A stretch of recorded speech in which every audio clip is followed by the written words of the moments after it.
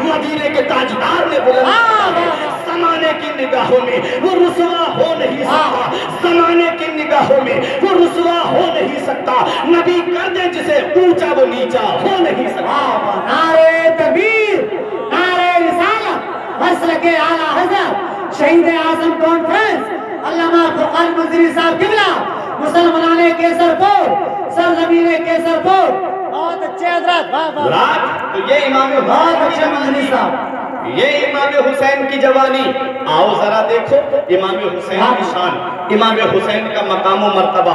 امام حسین کے گھر کے برابر میں ایک یہودی کا گھر تھا، وہ آپ کے گھر میں کوڑا ڈالتا، وہ آپ کے گھر میں گندگی ڈالتا، میرا حسین کوڑا اٹھاتا باہر پھینک دیتا، میرا حسین گندگی اٹھاتا باہر پھینک دیتا۔ ایک دن یہودی کی بیوی نے کہا تمہیں شرم نہیں آتی، تمہیں حیا نہیں آتی، امام الانبیاء کے گھر میں گندگی ڈالتے ہو، امام الانبیاء کے نواسے کے گھر میں گندگی ڈالتے ہو، امام الانبیاء کے شہزادے کے گھر میں کوڑا ڈالتے ہو، تمہیں حیا نہیں آتی۔ یہودی شرمندہ ہو گیا، آیا امام حسین کے پاس میں، حسین مجھے معاف کر دو۔ میرے حسین نے فرمایا کیا بات ہے؟ کہا میں آپ کے گھر میں کوڑا ڈالتا تھا، حسین مجھ سے غلطی ہو گئی، آئندہ کبھی نہیں ڈالوں گا۔ میرے حسین نے فرمایا جب میں نے تجھے معاف کیا۔ یہودی نے کہا حضور ایک بات اور آپ سے پوچھ لوں؟ فرمایا پوچھ۔ اس نے کہا حضور یہ بتائیے اگر کوئی کسی کے گھر میں گندگی ڈالتا ہے، اگر کوئی کسی کے گھر میں کوڑا ڈالتا ہے تو وہ اس کو تکلیف پہنچاتا ہے، وہ کہتا ہے میں کوئی تیرا نوکر تھوڑی مجھے تیرا کوڑا اٹھا کر کے اپنے گھر سے باہر پھینکوں گا، میرے گھر میں آئندہ کوڑا مت ڈالنا۔ میں کوڑا ڈالتا رہا، آپ نے مجھ سے کچھ نہیں کہا۔ میرے حسین کا جواب سنو، میرے حسین فرماتے میرے نانا مصطفیٰ نے فرمایا ہے جو پڑوسی کی تکلیف پہ صبر کرے گا اللہ تعالیٰ اسے جنت عطا فرمائے۔ میرے حسین فرماتے ہیں میرے نانا نے 3 مرتبہ فرمایا لا يدخل الجنت، لا يدخل الجنت، لا يدخل الجنت، وہ جنت میں داخل نہیں ہوگا۔ صحابہ نے عرض کیا آقا کون جنت میں داخل نہیں ہوگا؟ نبی نے فرمایا جو اپنے پڑوسی کو ستاتا ہوگا وہ جنت میں داخل نہیں ہوگا۔ میرے حسین فرماتے اس لیے میں صبر کر رہا تھا۔ یہودی قدموں پہ گر کے کہتا ہے اے میرے آقا حسین تم گواہ ہو جاؤ، جس حسین کے نانا کی تعلیم اتنی اچھی ہے اس کے نانا کا مذہب کتنا اچھا ہوگا۔ آج پڑھ کر کے مسلمان ہو رہا ہوں، یہ میرے آقا امام حسین ہے۔ جب تک سر جسم سے لگا ہوا ہے تب بھی اسلام کی خدمت کر رہے ہیں، اور جب سر تن سے جدا ہو گیا تب بھی اسلام کی خدمت کر رہے ہیں۔ حضرات یہی میرے آقا امام حسین ہے۔ اور جوانی کی باتیں میں آپ کو بتا دوں، میرے آقا امام حسین کو ایک دن حضرت امیر معاویہ رضی اللہ تعالیٰ عنہ جو صحابی رسول ہیں، کاتب وحی ہیں، ساری امت کے ماموں ہیں، انہوں نے وظیفہ بھیجا، جو وظیفہ اہل بیت کا مقرر تھا، جو بیت المال سے پیسہ آتا تھا۔ امام حسین کے پاس میں جب وہ وظیفہ پہنچا تو تقریباً 10,000 کے قریب درہم تھے۔ آپ نے وہ درہم کی تھیلی لی اور لے کر کے مسجد نبوی میں جا کر کے بیٹھ گئے۔ امام حسین تلاش کر رہے تھے کوئی غریب مل جائے میں اسے دے دوں، کوئی مسکین مل جائے اسے دے دوں۔ اللہ اللہ خود کھاتے نہیں تھے اوروں کو کھلاتے تھے، خود کھاتے نہیں تھے اوروں کو کھلاتے تھے۔ کیسے صابر تھے محمد کے گھر آنے والے۔ حضرات امام حسین بیٹھے ہیں، آپ کا دوست ادھر سے گزر کے جا رہے تھے، انہوں نے دیکھا تو واپس آئے، امام حسین کو سلام کیا، بیٹھ گئے۔ کہا کیسے بیٹھے ہو آقا حسین؟ امام حسین کہتے ہیں یہ وظیفہ آیا ہے، سوچ رہا ہوں کہ کوئی غریب مل جائے مسکین مل جائے میں اس کو یہ وظیفہ دے دوں، یہ پیسہ میں راہ خدا میں خرچ کر دوں۔ آج ہم مسجد میں دینے سے کتراتے ہیں، آج ہم مدرسے میں دینے سے کتراتے ہیں۔ دیکھو امام حسین کی شان، جب امام حسین اپنے دوست سے باتیں کر رہے تھے، اتنے میں ایک مسکین آ گیا، بولا حسین میں بہت غریب ہوں، میرے گھر میں کھانے کو لالے پڑے ہوئے ہیں، آپ میری مدد کر دیجئے۔ سوچو 10,000 درہم جو آج کے دور میں 1 لاکھ کے قریب اگر اس کی قیمت ہوگی تو وہ اٹھا کر کے امام حسین نے اس کے ہاتھ پہ رکھ دیے، کہا لے جا۔ جب وہ چلا گیا تو دوست نے کہا یہ آپ نے کیا کیا؟ آپ کا لباس پھٹا ہوا تھا، پہلے اپنے لیے اچھے کپڑے خرید لیتے، اپنے گھر کے لیے راشن خرید لیتے، اپنے گھر کے لیے کھانے پینے کا انتظام پہلے کر لیتے، پھر جو پیسے بچتے اس کو راہ خدا میں خرچ کر دیتے۔ تو میرے حسین کا جواب سنو، میرے حسین فرماتے ہیں یہ پیسہ دینے والی ذات اللہ کی ہے، روپیہ دینے والی ذات اللہ کی ہے، سرمایہ دینے والی ذات اللہ کی ہے، اور رب مجھے دیتا ہے اور میں اس کی راہ میں خرچ کرتا ہوں۔ یہ میرا حسین ہمیں پیغام دے رہا ہے، میرا حسین ہمیں یہ درس دے رہا ہے۔ میرے حسین نے فرمایا دنیا ہمارے دل کے اندر گھر نہیں کر سکتی، ہمیں جو کچھ بھی ملتا ہے وہ ہم راہ خدا میں خرچ کر دیتے ہیں۔ ہمیں دنیا دار کی رضا نہیں چاہیے، ہمیں پروردگار کی رضا چاہیے۔ نعرے تکبیر نعرہ رسالت مسلک اعلی حضرت شہید اعظم کانفرنس علامہ فرقان منظری صاحب قبلہ سرزمین کیسر پور. سبحان اللہ. دیکھو ایمان